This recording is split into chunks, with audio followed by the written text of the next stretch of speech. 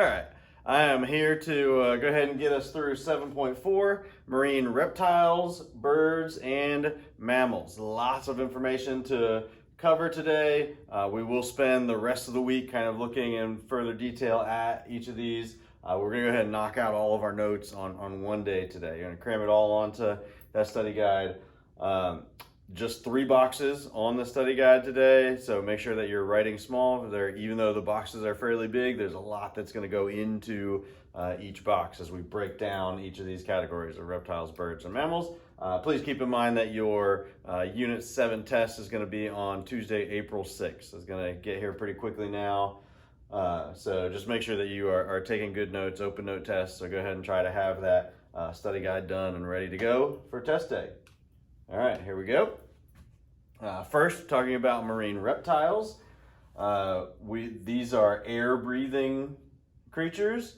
By that we mean, unlike fish who are able to filter their oxygen out of the water, these guys are not doing that. Marine reptiles are getting their oxygen from the air, and then a lot of them, even though they may spend much, if not pretty much all of their life at sea, the females may come on to land to lay their eggs. 4 groups that we're going to take a look at here for marine reptiles. You got sea turtles, sea snakes, marine iguana, and then saltwater crocodile and American crocodile. For our sea turtles here, we've got 7 different species. You do need to write that part down that's in bold. You don't need to be able to name each one. I'd love to spend a whole week on this and be able to break down each of these different ones, talk about the differences. We just don't have the ability to do that this week. So here they are, but what you need to know is that there are 7.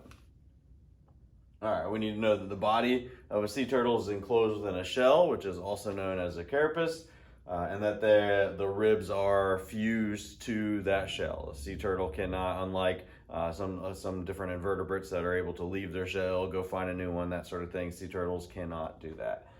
And then they have very powerful jaws, no teeth. Sea turtles feed on things like sponges and crabs and mollusks. That's why that beak is very strong. They can't chew, but they can crunch pretty well. Strong jaw in order to crack all these different shells. We do have 2 exceptions here. The green sea turtle that is a vegetarian, eating seaweeds and sea grasses, and then also the leatherback that prefers to mostly eat jellies, but can also dive pretty deep in search of other food as well. Sea turtles breed at sea through internal fertilization, so unlike that broadcast spawning that we talked about with a lot of fish. The females then return to land to deposit their eggs. They do it above the tide line so the tide doesn't wash them away. Dig a hole in the sand and lay the eggs there, usually more than 100 eggs being laid at a time. An image there of some eggs being laid. Some interesting notes here. You don't have to write any of this down here, but as far as reproduction goes, the gender is not genetic for a sea turtle. It's not predetermined based on the genes that are being passed along. It is determined by the temperature. And so if incubated at lower temperatures, then they're pretty much all going to come out as males, and then at higher temperatures, they're pretty much all going to hatch as females. So you can imagine the idea of global warming could be dangerous for sea turtles. That temperature is going to impact how many males, how many females. It definitely could be a threat for the future population. There are a lot of threats for sea turtles. I'm not going to read through this whole thing, but I do want to note the development of beaches and killing off of kind of nesting areas is a big problem. As well as all the things that may eat the eggs or eat the sea turtles themselves, and then fishing techniques as well. Need to be responsible with our fishing techniques and make sure that we're not accidentally taking out sea turtles along the way. They have a hard enough time as it is. All right, moving on to sea snake. There are about 70 different species of sea snake. They're flattened laterally. Their bodies are kind of paddle-like for propulsion. They're found only in the Indian and Pacific Oceans, so you don't need to worry about any sea snakes here off the coast of Florida in the Atlantic.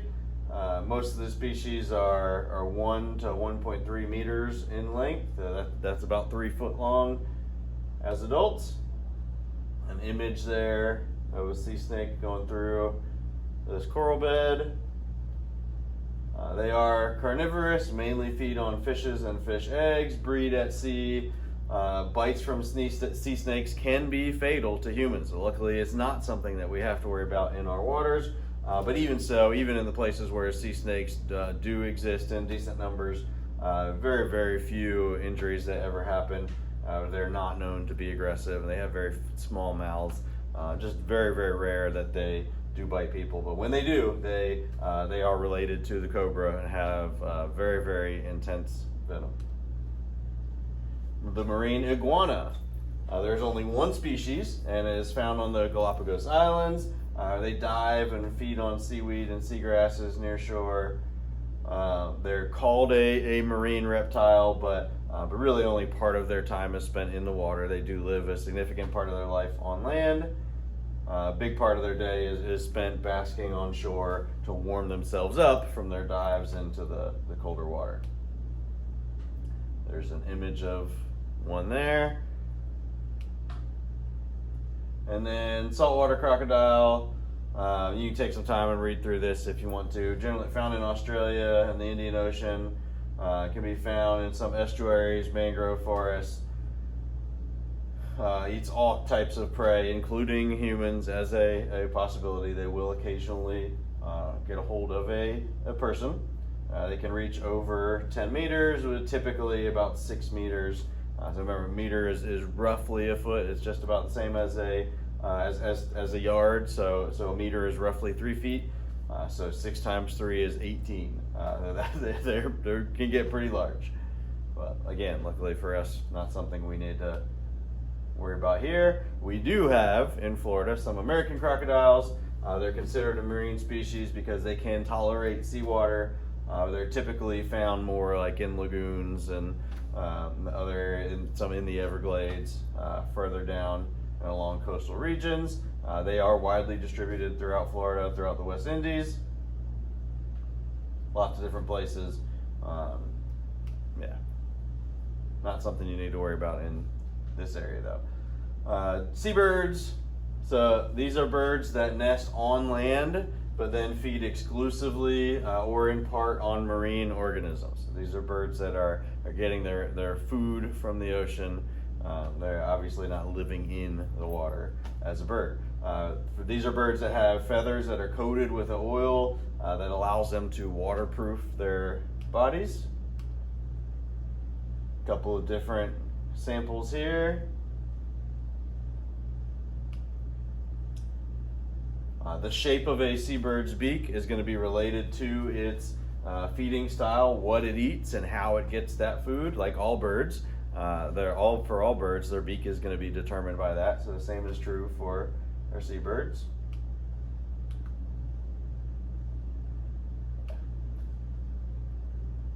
All right, we see some different feeding strategies here, how far they dive down or where they might be scooping their food from, the level that they go to.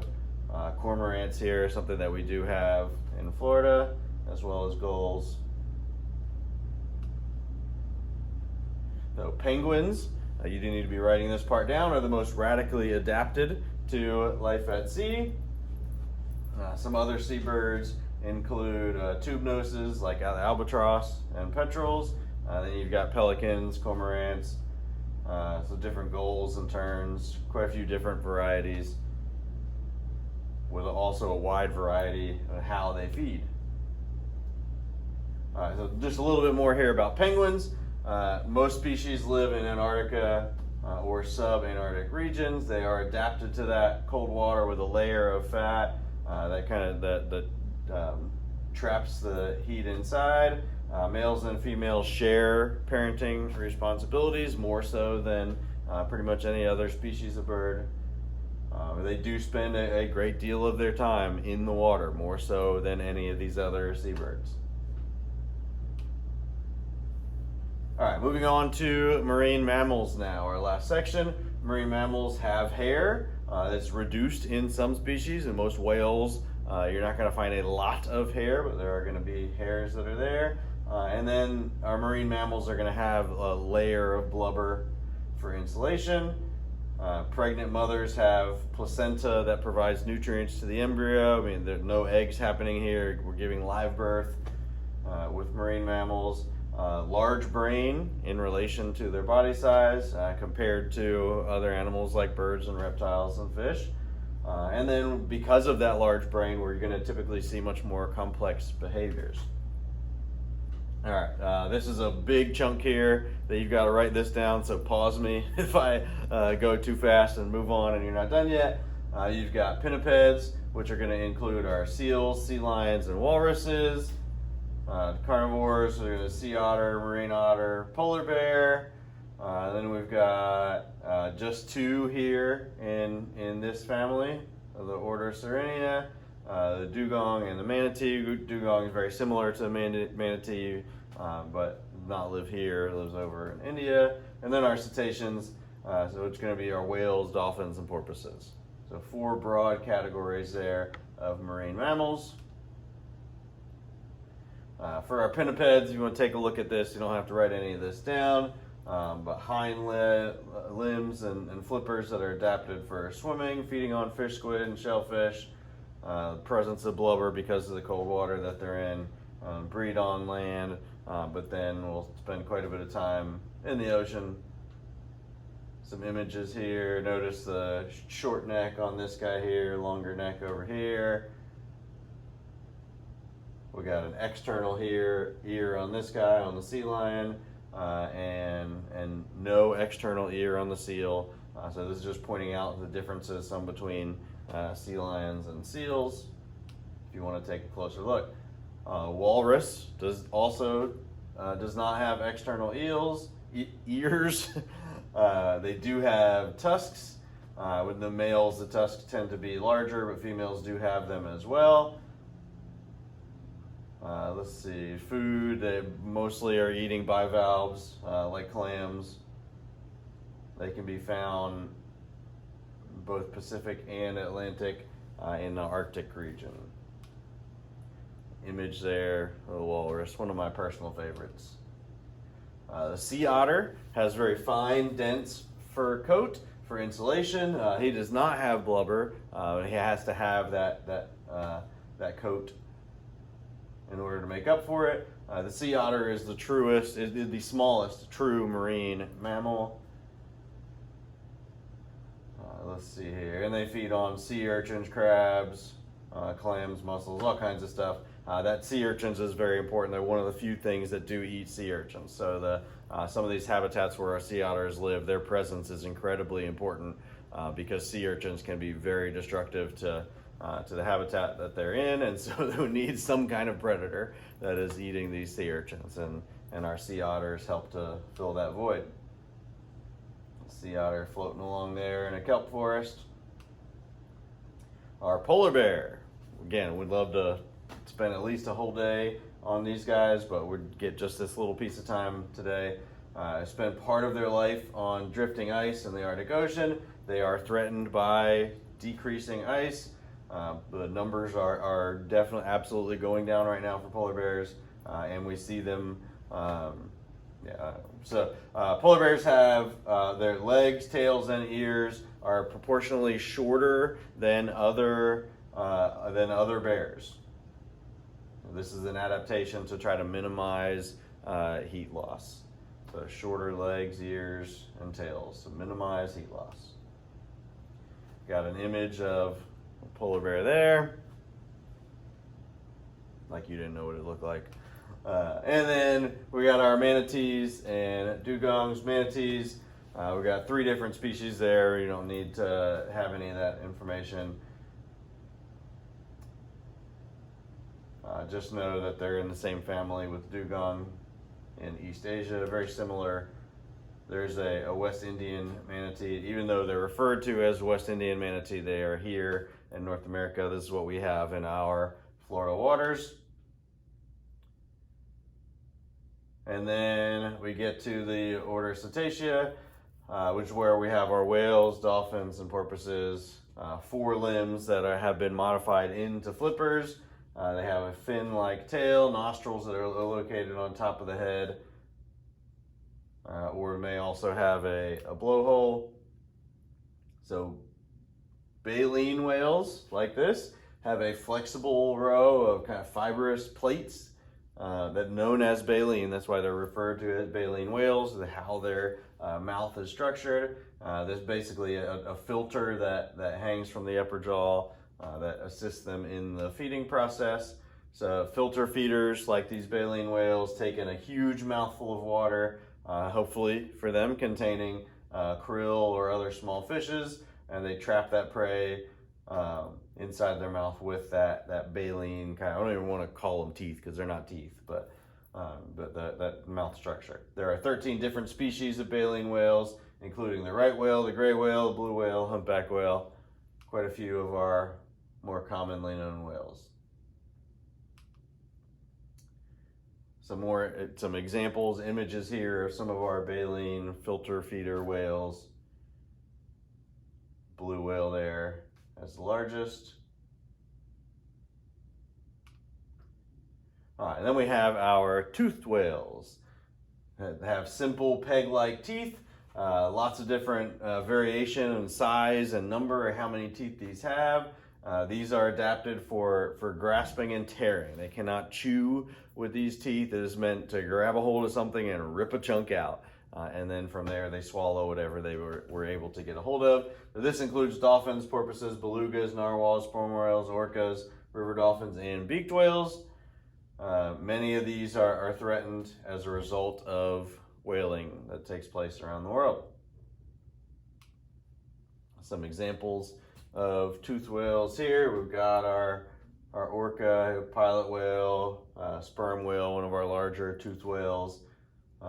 We got the beluga, like in Finding Dory, common dolphin, a couple other different types of dolphins and porpoises here. You can take a further look at that if you want to. But that concludes 7.4. There is more information in this slideshow. If you are interested in some more information about any of these, particularly marine mammals, goes into quite a bit more detail here about marine mammals that we just don't have time for. If you're interested in any of that, you can go through and take a little bit of a further look. But that concludes our information for 7.4. You should now have on your study guide what you need for the sake of our Unit 7 tests. Peace.